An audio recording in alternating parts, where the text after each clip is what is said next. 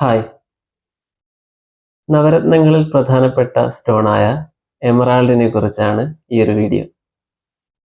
ഈ ഒരു സ്റ്റോണിനെ കുറിച്ച് പറഞ്ഞു വരുന്ന സമയത്ത് ആദ്യം തന്നെ അതിൻ്റെ കളറിനെ കുറിച്ച് സംസാരിച്ചു തുടങ്ങാം. മരതക പച്ച എന്ന് നിങ്ങളിൽ പലരും തന്നെ കേട്ടിട്ടുണ്ടാവും. അതെ, ഗ്രീൻ കളറിൽ കാണപ്പെടുന്ന ഒരു ബ്യൂട്ടിഫുൾ ആയിട്ടുള്ള ജെം സ്റ്റോണാണ് എമറാൾഡ്. അപ്പോൾ എന്താണ് ഈ ഒരു ഗ്രീൻ കളറിന് കാരണമെന്ന് നമുക്ക് ആദ്യം തന്നെ പഠിക്കാം. എമറാൾഡിന്റെ മെയിൻ കെമിക്കൽ കോമ്പോസിഷൻ എന്ന് പറയുന്നത് ബെറിലിയം അലൂമിനിയം സിലിക്കേറ്റ് ആണ്. പ്യുവർ ബെറിലിയം അലൂമിനിയം സിലിക്കേറ്റ് എന്ന് പറയുന്നത് കളർലെസ് ആയിരിക്കും. എന്നാൽ അതിൻ്റെ കൂടെ ഇമ്പ്യൂരിറ്റി എലിമെൻ്റ് ആയിട്ട് ക്രോമിയം അല്ലെങ്കിൽ വനേഡിയം എലിമെൻ്റ് കൂടെ കടന്നു വരുന്ന സമയത്താണ് ഒരു പർട്ടിക്കുലർ ഗ്രീൻ കളർ ആ സ്റ്റോണിന് കിട്ടുന്നത്. അപ്പോൾ ഈ കെമിക്കൽ കോമ്പോസിഷനാണ് എമറാൾഡിന്റെ ആ ഒരു ഗ്രീൻ കളറിന് കാരണം. ഇനി ഈ ഒരു സ്റ്റോൺ ഫോം ചെയ്യുന്നത് ബെറിൽ എന്ന് പറയുന്നൊരു സ്പീഷീസിലാണ്. ഈ ബെറിൽ സ്പീഷീസിൽ കാണപ്പെടുന്ന മറ്റൊരു സ്റ്റോൺ ആണ് അക്വാമറൈൻ. ബ്ലൂയിഷ് ഗ്രീൻ അല്ലെങ്കിൽ ഗ്രീനിഷ് ബ്ലൂ കളറിൽ കാണപ്പെടുന്ന ഒരു സ്റ്റോൺ ആണ് അക്വാമറൈൻ. അതേപോലെ തന്നെ എമറാൾഡ്. ഈ എമറാൾഡും അക്വാമറൈനും ഒക്കെ ബെറിൽ സ്പീഷീസിൽ കാണുന്ന പ്രധാനപ്പെട്ട വെറൈറ്റികളാണ്, വ്യത്യസ്ത തരം സ്റ്റോണുകളാണ്.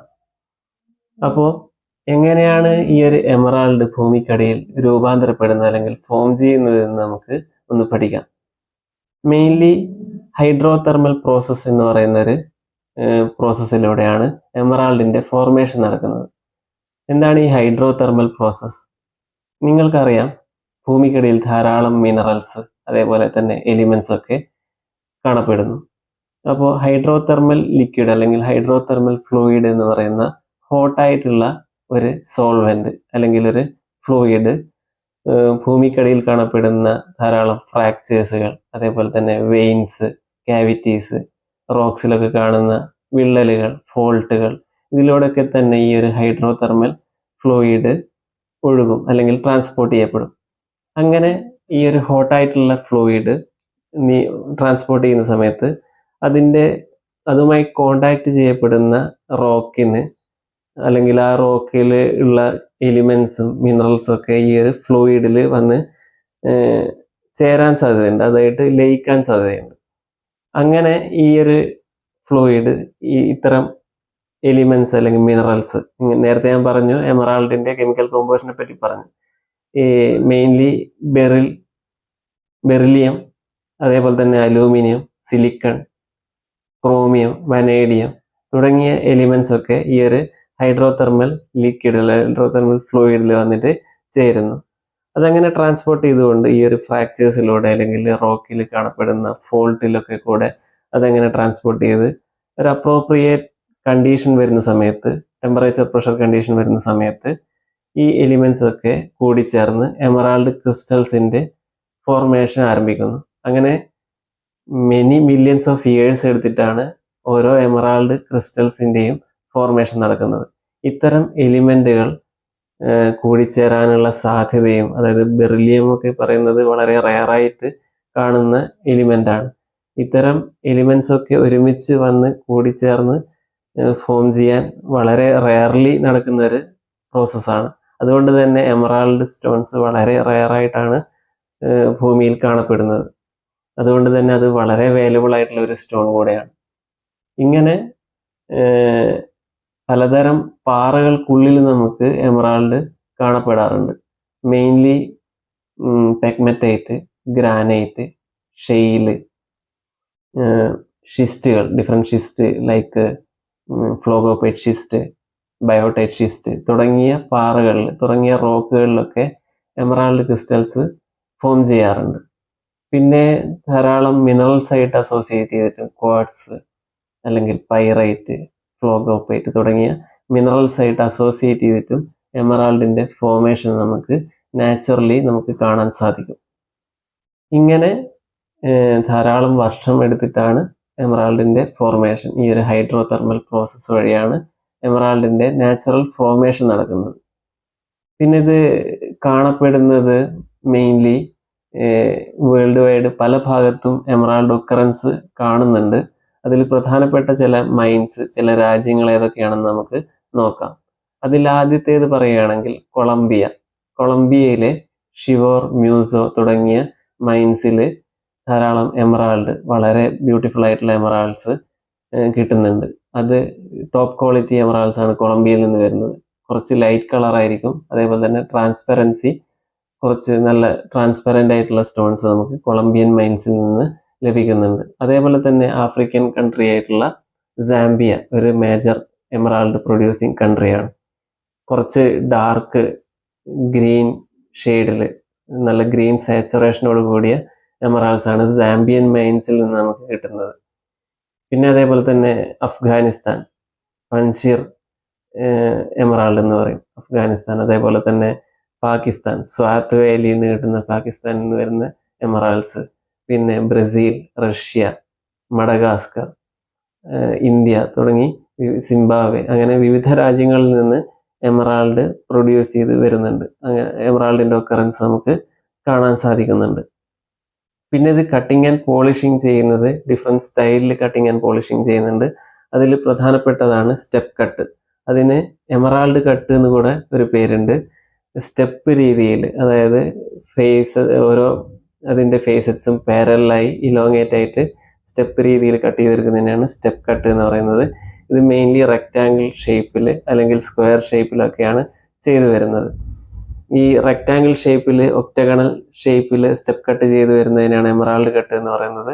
അത് കുറച്ചുകൂടെ ഒരു സ്ക്വയർ ഷേപ്പിലേക്ക് ആണ് ചെയ്യുന്നതെങ്കിൽ അതിനെ ആഷർ കട്ട് എന്ന് വിളിക്കുന്നു. പിന്നെ അതുപോലെ തന്നെ കോമൺലി ബാക്കി സ്റ്റോൺസ് കാണുന്നത് പോലെ തന്നെ oval shape, round, pear, marquise തുടങ്ങിയ കട്ടിങ് സ്റ്റൈലിലൊക്കെ എമറാൾഡ് ഫാഷനിങ് ചെയ്ത് എടുക്കാറുണ്ട്. അത് ആ ഒരു കട്ടറെ ഒരു മൈൻഡ് പോലെ ഡിഫറെൻറ്റ് സ്റ്റൈലിൽ അത് കട്ട് ചെയ്ത് എടുക്കുന്നു. പിന്നെ വേറൊരു ഇതിൻ്റെ ക്യാരക്ടറിസ്റ്റിക് പറയുകയാണെങ്കിൽ എമറാൾഡിൻ്റെ ഹാർഡ്നെസ് എന്ന് പറയുന്നത് 7.5 ആണ് വരുന്നത്. മോസ്കയിൽ 7.5 ആണ് അതിൻ്റെ ഹാർഡ്നെസ് നമ്പർ. അത് റിലേറ്റീവ്ലി കുറച്ച് കുറഞ്ഞ ഹാർഡ്നെസ് ആണ്. അതുകൊണ്ട് തന്നെ എമറാൾഡിൽ വെയർ ചെയ്യുന്ന സമയത്ത്, യൂസ് ചെയ്യുന്ന സമയത്ത് അതിന് സ്ക്രാച്ചസോ അതേപോലെ ഡാമേജസ് ഒക്കെ വരാൻ വളരെ സാധ്യത കൂടുതലായിട്ടുള്ള ഒരു സ്റ്റോൺ ആണ്. ഇങ്ങനെ അത് ഡാമേജസ് വരാന്ന് പറയുന്നത് എമറാൾഡിൽ ധാരാളം ഫ്രാക്ചേഴ്സ്, അതേപോലെ തന്നെ ക്ലീവേജസ് ഒക്കെ കാണപ്പെടാറുണ്ട്. അതുകൊണ്ട് തന്നെ അതിൻ്റെ ആ ഒരു ക്ലീവേജ് ഡയറക്ഷനിലൊക്കെ എന്തെങ്കിലും ഫോഴ്സോ പ്രഷറോ വരികയാണെങ്കിൽ അത് പെട്ടെന്ന് പൊട്ടിപ്പോകാനുള്ള സാധ്യത കൂടുതലാണ്. ഈ ഒരു എമറാൾഡ് സ്റ്റോൺ വളരെ ഫ്രജൈലും ബ്രിറ്റിലുമായിട്ടുള്ള ഒരു സ്റ്റോൺ ആണ്. അതുകൊണ്ട് മാക്സിമം കെയർഫുള്ളി അത് യൂസ് ചെയ്യുന്നതായിരിക്കും നമുക്ക് നല്ലത്. അപ്പോൾ ഇത്തരം ഫ്രാക്ചേഴ്സ്, ക്ലീവേജസ് ഒക്കെ കവർ ചെയ്യാൻ, അത് ഇല്ലാതെയാക്കാൻ വേണ്ടി ധാരാളം ട്രീറ്റ്മെൻറ്റ്സ് ഇന്ന് ചെയ്തു വരുന്നുണ്ട്. അതിൽ പ്രധാനപ്പെട്ട ഒരു ടൈപ്പ് ഓഫ് ട്രീറ്റ്മെൻ്റ് ആണ് ഓയിലിംഗ് എന്ന് പറയുന്നത്. മെയിൻലി സെഡാർവുഡ് ഓയിൽ, അതേപോലെ റെസിൻസ് അല്ലെങ്കിൽ പോളിമേഴ്സ് ഒക്കെ ഉപയോഗിച്ചുകൊണ്ട് ഇതിൻ്റെ സർഫസ് റീച്ചിങ് ക്രാക്സ്, അതേപോലെ ഉള്ളിലുള്ള ക്ലീവേജസ് ഒക്കെ ഈ ഒരു ഓയിൽ വെച്ചിട്ട് അല്ലെങ്കിൽ റെസിൻ വെച്ചിട്ട് ഫില്ല് ചെയ്തിട്ട് മാറ്റിയെടുക്കുന്നു. ഇതിനെയാണ് ഓയിലിംഗ് എന്ന് പറയുന്നത്. ഇത് വൈഡ്ലി ആക്സെപ്റ്റഡ് ആയിട്ടുള്ള ഒരു ട്രീറ്റ്മെൻറ്റ് പ്രോസസ്സാണ്. ഇന്ന് നമുക്ക് മാർക്കറ്റിൽ കിട്ടുന്ന 90% സ്റ്റോണും ഇങ്ങനെ ഓയിലിംഗ് ചെയ്തിട്ടാണ് വരുന്നത്. അതതിൻ്റെ ഡ്യൂറബിലിറ്റി കൂട്ടാനുള്ള ഒരു ട്രീറ്റ്മെൻറ്റ് മെത്തേഡാണ്. അതുകൊണ്ട് തന്നെ ഇത്തരം സ്റ്റോണുകൾ മാക്സിമം കെയർഫുള്ളി യൂസ് ചെയ്യാൻ ശ്രമിക്കുക. പിന്നെ ഈ എമറാൾഡിൻ്റെ റഫ് ക്രിസ്റ്റൽസ് നമുക്ക് കിട്ടുന്നത് എങ്ങനെയാണ്, ഏത് ഷേപ്പിലാണെന്ന് നമുക്ക് നോക്കാം. ഇത് ഒരു എമറാൾഡിൻ്റെ റഫ് സ്റ്റോൺ ആണ്. റഫ് സ്റ്റോൺ എന്ന് പറയുന്നത് പ്രോസസ്സ് ചെയ്യാത്ത, അതായത് കട്ടിങ് ആൻഡ് പോളിഷിങ് ചെയ്യാത്ത സ്റ്റോണിനെയാണ് റഫ് സ്റ്റോൺ എന്ന് വിളിക്കുന്നത്. എമറാൾഡ് ക്രിസ്റ്റൽസ് ഫോം ചെയ്യുന്നത് ഹെക്സാഗണൽ ക്രിസ്റ്റൽ സിസ്റ്റത്തിലാണ്. ഈ ഒരു ക്രിസ്റ്റൽ സിസ്റ്റത്തിന്റെ പ്രത്യേകത എന്തെന്ന് വെച്ചാൽ 6, ഹെക്സ എന്ന് പറയുന്നത് 6 ആണ്. 6 പ്രധാനപ്പെട്ട സൈഡുകളായിരിക്കും ഇതിന് ഉണ്ടായിരിക്കുന്നത്. നിങ്ങൾക്ക് ഇതിൽ സൂക്ഷിച്ച് നോക്കിയാൽ കാണാൻ സാധിക്കും 6 വെർട്ടിക്കൽ ഫേസസ്. ഇതിന് പ്രിസ്മാറ്റിക് ഫേസസ് എന്നാണ് വിളിക്കുന്നത്. 6 വെർട്ടിക്കൽ ഫേസസും അതിൻ്റെ top and bottom commonly flat ആയിട്ടുള്ള ഫേസായ പിനക്കോയിഡ് കൊണ്ട് അത് ക്ലോസ് ചെയ്തിരിക്കുന്നത് കാണാം. ഇത്തരം രീതിയിൽ ഫോം ചെയ്യുന്ന പ്രിസ്മാറ്റിക് ഹെക്സഗണൽ ക്രിസ്റ്റൽസ് ആണ് റഫ് എമറാൾഡ് ക്രിസ്റ്റൽസ് നമുക്ക് നോക്കിക്കഴിഞ്ഞാൽ കാണാൻ സാധിക്കുന്നത്. മാക്സിമം ഈ എക്സാക്ട് ഇതേ ഷേപ്പിൽ തന്നെ എല്ലാ ക്രിസ്റ്റൽസും ഫോം ചെയ്യണമെന്നില്ല. മാസീവ് ആയിട്ടുള്ളതും അൺഷേപ്പ് ആയിട്ടുള്ളതൊക്കെ നമുക്ക് കാണാൻ സാധിക്കും, ക്രിസ്റ്റൽസ് കാണാൻ സാധിക്കും. പിന്നെ ഈ ഒരു ക്രിസ്റ്റൽ ഷേപ്പ് നോക്കിക്കൊണ്ട് ഏകദേശം ആ ഒരു മിനറൽ ഏതാണെന്ന് നിങ്ങൾക്ക് അസ്യൂം ചെയ്യാനും സാധിക്കുന്നതാണ്. പിന്നെ എമറാൾഡിന്റെ കുറച്ച് സിമുലൻ സ്റ്റോൺസ് ഏതൊക്കെയാണെന്ന് നമുക്ക് നോക്കാം. അതായത് നാച്ചുറലി തന്നെ ധാരാളം ഗ്രീൻ കളേർഡ് സ്റ്റോൺ, എമറാൾഡ് അല്ലാതെ ഗ്രീൻ കളറിൽ കാണപ്പെടുന്ന നാച്ചുറൽ സ്റ്റോൺസ് ധാരാളമുണ്ട്. അതിൽ പ്രധാനപ്പെട്ട ചില ടൈപ്പാണ് ഒന്ന് ഗ്രീൻ ഗാർണറ്റ് അല്ലെങ്കിൽ സാവറൈറ്റ് എന്ന് പറയുന്ന സ്റ്റോൺ, അതേപോലെ തന്നെ green tourmaline, green aventurine quartz, green apatite. Green apatite എന്ന് പറയുന്ന അപ്പട്ടൈറ്റും ഒരു ഹെക്സഗണൽ ക്രിസ്റ്റൽ സിസ്റ്റത്തിൽ ഇതേപോലെ തന്നെ ഈ സിസ്റ്റത്തിൽ തന്നെ ഫോം ചെയ്യുന്ന ഒരു സ്റ്റോൺ ആയതുകൊണ്ട് എമറാൾഡായിട്ട് കൺഫ്യൂഷൻ ഉണ്ടാകാൻ വളരെ സാധ്യതയുള്ള ഒരു സ്റ്റോൺ ആണ്. അതേപോലെ ഗ്രീൻ ഫ്ലൂറൈറ്റ്, പിന്നെ പെരിഡോട്ട്, അങ്ങനെ ധാരാളം വ്യത്യസ്ത തരം ഗ്രീൻ കളേർഡ് നാച്ചുറൽ സ്റ്റോൺസ് ഉണ്ട്. അത് ആ ഒരു ഗ്രീൻ കളർ ഉള്ളത് കൊണ്ട് മാത്രം എമറാൾഡിന്റെ സിമുലന്റിന്റെ കാറ്റഗറിയിലേക്ക് വരുന്നു. അതിന്റെ ബാക്കിയുള്ള പ്രോപ്പർട്ടീസ് ഒക്കെ ഡിഫറെന്റ് ആയിരിക്കും.